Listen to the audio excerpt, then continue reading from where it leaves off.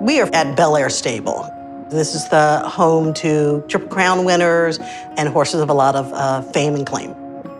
Thoroughbred horse racing in Maryland really got started here in Bowie. Some people refer to it as the American cradle of thoroughbred horse racing.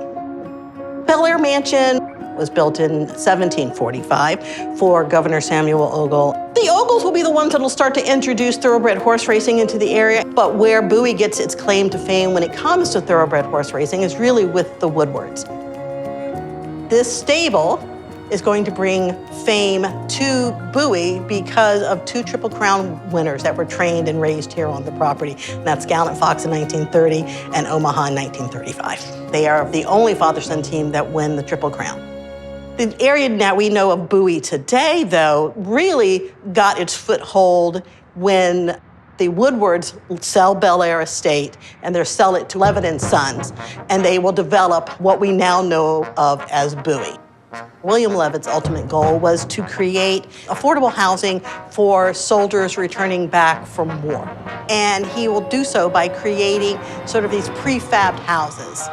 And the houses go up very, very quickly. And the community is supposed to be walkable, a community that everybody's interconnected. You can walk to the grocery store, walk to your church, walk to your school. Unfortunately, he is choosing to provide affordable housing only for white America and not the African-American community.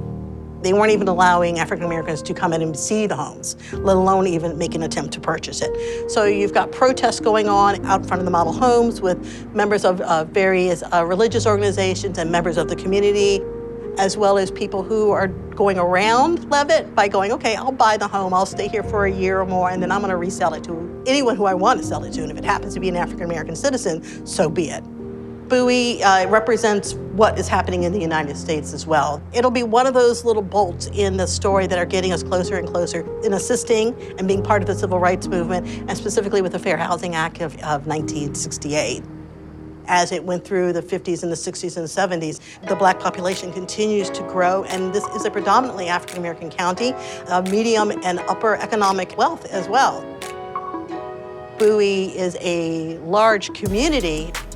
Levitt broke it down into these small sections. So one of the first questions that people will ask you is, what section do you live in? People refer to it as the T section or the S section, where all the street names begin with an S or a T or an F.